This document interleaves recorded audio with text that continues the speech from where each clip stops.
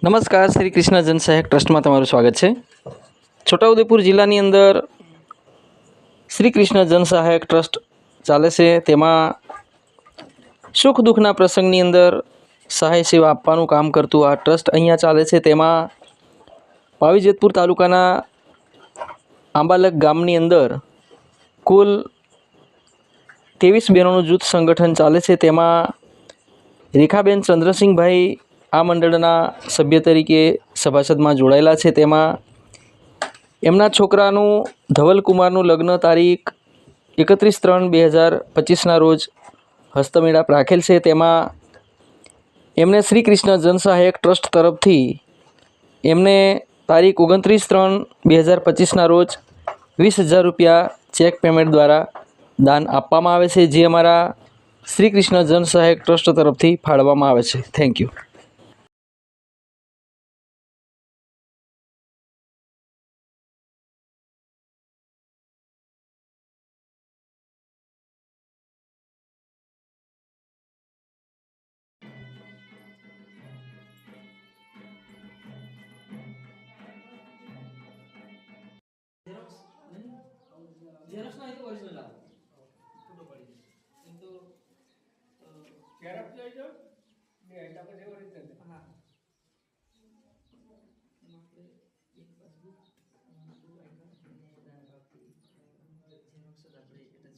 વાત કરી હતી ને સાહેબે વાત કરી ખરેખર 100 રૂપિયા અમે દાન રૂપે લાવી અને એકબીજાનો ફંડ એકબીજાનું દાન સહાય ભેગું કરી અને કોકને અમે જરૂરિયાત વ્યક્તિને પૂરું કરવા માટે અમે કોશિશ કરી. હું કહ્યું હતું કોશિશ જેવી રીતના તમારા જેમ બધા.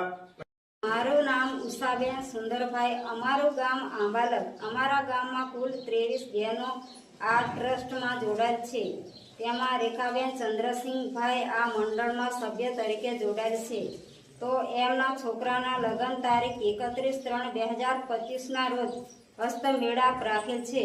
તેમાં એમના શ્રી કૃષ્ણ જન સહાયક ટ્રસ્ટ તરફથી એમને આજ રોજ તારીખ 29/3/2025ના રોજ 20,000 રૂપિયા ચેક પેમેન્ટ દ્વારા દાન આપવામાં આવે છે.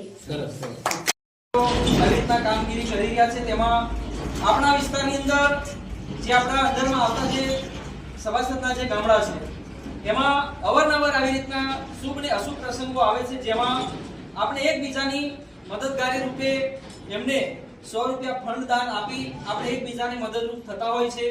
જેમાં એ કારણના અર્થમાં આપણને આપણા ઘરે કોઈ શુભ કે અશુભ પ્રસંગ આવે એમાં આપણને આવી બહેનો અમારા જય સ્વામિનારાયણ સાહેબ બંદી આજરોજ તારીખ 29/3/2025ના રોજ આ ગામ છે આંબાલક, જે પાવીજેતપુર તાલુકાનું લાસ્ટ છેવાડે ગામડું આવેલું છે. તેમાં આ ગામની અંદર આથી 4 મહિના પહેલા આપણા શ્રી કૃષ્ણ જનસહાયક ટ્રસ્ટમાં કુલ 23 બહેનો આ ટ્રસ્ટની અંદર સભાસદ તરીકે જોડાયેલા છે. તેમાં લાભાર્થી રેખાબેન ચંદ્રસિંહભાઈએ આથી 4 મહિના પહેલા સભાસદ તરીકે જોડાયેલા હતા. તેમાં એમના છોકરાનું લગ્ન તારીખ 31/3/2025ના રોજ હસ્તમેળાપ રાખેલ છે. તેમાં એમના છોકરા ધવલકુમારના શુભ પ્રસંગ નિમિત્તે આજરોજ એમને 29/3/2025ના રોજ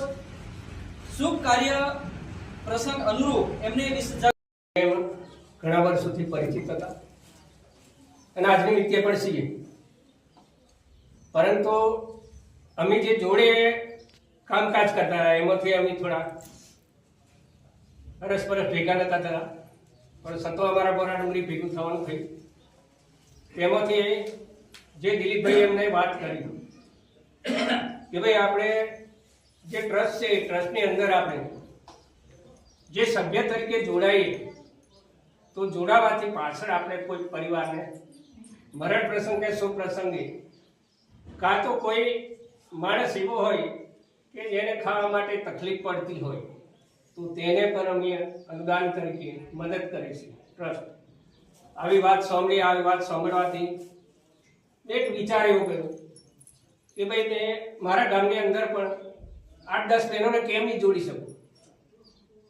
તો મેં એકબીજાને વાત કરવાથી મારી વાત સ્વીકારીને એ લોકો પછી કીધું કે ભાઈ આપણે જરૂર આપણે આ કામ કરવા લાયક છે અને કરીએ, અમે તમને સહકાર આપીએ છીએ.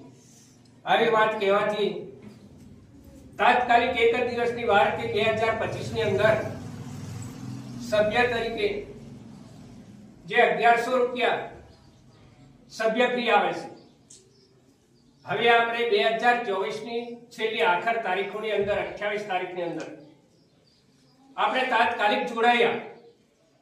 તેમાં હતા 500 રૂપિયા, હવે થઈ ગયા છે 1100 રૂપિયા. 1100 રૂપિયા થઈ ગયા. તો હવે પછી જોડાવા માટે આપણે 1100 રૂપિયા ભરીને પાછા સભાસદ તરીકે આપણે ગણતરીમાં આવીશું. એમાં એક ગ્રુપ બનાવવાનું આવે છે, 10 કે 15 માણસનું ગ્રુપ બનાવો. ગ્રુપ બનાવીને આપણે એ ગ્રુપનું નામ આપીને આપણે આગળ વધીશું. તો ગ્રુપમાં હોય તો એમાં આપણે સારું રહે. તો આ રીતે આ ભાઈઓ મારે એકબીજા 2 દિવસની અંદર બધા લોકોને જે વાત કરી એ લોકો બધા આવીને આ ટ્રસ્ટની અંદર જોડાવા, સભ્ય થવા માટે લગભગ મારા ગ્રુપની અંદર 23 બહેનો જોડાઈ ગયો. 23 બહેનો જોડાયા. તે દિવસે એમને મોરા ડુંગરી જવાનું હતું દિલીપભાઈને.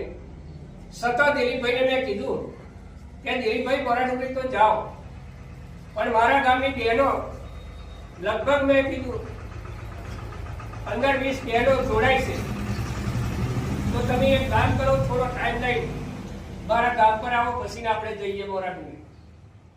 તો દિલીપભાઈને મેં આગ્રહ કરીને અહીંયા બોલાવ્યા અને તમારી રૂબરૂ મેં બધી વાતચીત કરાવી. દિલીપભાઈએ કીધું કે ભાઈ મરણ પ્રસંગે શુભ પ્રસંગમાં આપણે આ પૈસા પેમેન્ટ ટ્રસ્ટ તરફથી 20,000 રૂપિયા આપવામાં આવે છે. પછી નિરાધાર વ્યક્તિ હોય એમને પણ આપણે કઈ કિટ્સ તરીકે જે કઈ ટ્રસ્ટને લાયક હોય તે આપે છે. તો એ રીતે વાત કરવાથી આપણે બધા ભેગા થયા. આપણે જે બહેનો છે એ ટ્રસ્ટની અંદર પહેલા અગાઉ 100 ભરવાના હતા, પણ વિલંબ થવાથી જે એ થયું એમાં 200 રૂપિયા આપણે આપી દીધા. 2 વખતના ભેગા આપ્યા. આ વખતના પણ આપણે 2 વખતના ભેગા આપ્યા છીએ. 200 રૂપિયા તમે આપ્યા ને, એ આપણે દાન કરવાનું છે ટ્રસ્ટમાં. ટ્રસ્ટમાં એ દાન તરીકે પૈસા જાય છે. એટલે આવા લોકો જે મરણ પ્રસંગ હોય કે લગ્ન પ્રસંગ હોય એવામાં આ પૈસા જે આવે છે એ દાન કરે છે તમારી જેવી બહેનો. તે પૈસા આ લોકો ટ્રસ્ટ તરફથી આપણને પાછા આપે છે. એ આપણને મદદરૂપ થાય છે. તો આ રીતે આખું ટ્રસ્ટ ચાલે છે. અને આ ટ્રસ્ટમાં જોડાઈને આપણે સૌ પ્રથમ આપણે એક કહેવા જઈએ તો આજે 2-3 મહિનાની અંદર જો આપણા ગામની અંદર 20,000 રૂપિયા આવતા હોય તો એની જેવી વાત બીજી કોઈ નથી. 3 મહિનાની અંદર કદાચ આપણે 20,000 રૂપિયા મળી ગયા હોય દરેક બહેનોની આગળ, તો એક મોટી વાત કહેવાય ને. બીજી બહેનના કઈ કોઈ પ્રસંગ આવશે તો બીજી બહેનને મળશે. તો એ દાન આપણે કરવાનું છે. 100-200 જે આપીએ છીએ આપણે દાન કરવાનું છે, અને ટ્રસ્ટમાંથી આપણને આ પુરસ્કાર તરીકે મળે છે. તો આ રીતનું આ ટ્રસ્ટ છે. આપણે બધા જોડાયા. તમે સહયોગ આલો છો, મને કીધા પ્રમાણે તમે જે કંઈ દાન પેટી આપણે આપવાના 100-200 થી પણ આપો છો એ બહુ મોટી વાત છે. અને આવું ચાલવા દેજો. જો તમે દાન પેટી આપવાનું જો કદાચ બંધ કરી દેશો તો ઓટોમેટિક પછી તમારે 1 કે 2 વખત ના આપો તો તમે ડિલેટ થઈ જશો સભ્યમાંથી. એટલે એટલું ખ્યાલ રાખજો. આપણને દાન હોમે મળે છે તો આપણે બંધ દાન કરવાનું છે, એટલું વિચારીને આપણે ચાલવાનું છે. અને બીજી વાત કે આ જે સાહેબો છે ટ્રસ્ટ તરફથી બધાયેલા છે. કેમ કે આપણી એક મોટી વાત છે કે અમાલકમાં દરેક જણ આવીને બેઠા છે, એક વ્યક્તિ નથી આવીને બેઠો. એમને પણ એક લાગણી છે કે અમાલકની અંદર અમારે જવું છે. આ દરેક છોટાઉદેપુરના હશે, નસવાડીના હશે, બોડેલીના હશે, બધા દરેક તાલુકાના હશે. તો આપણા જે ઘરે આવ્યા એમને અમે ખૂબ ખૂબ અભિનંદન આપણે આપીએ. તેમજ આપણા ટ્રસ્ટ તરફથી આપણા મેઇન સાહેબ મુખ્યમંત્રી છે આપણા નારાયણ સાહેબ, એમને પણ મેં ખૂબ ખૂબ અભિનંદન આપું છું. તમે મોકો કાઢી જે કંઈ તમારી બહેનોના ગ્રુપની અંદર આવીને જે કંઈક સમય ફાળવ્યો તે માટે તમારો ખૂબ ખૂબ આભાર માનું છું.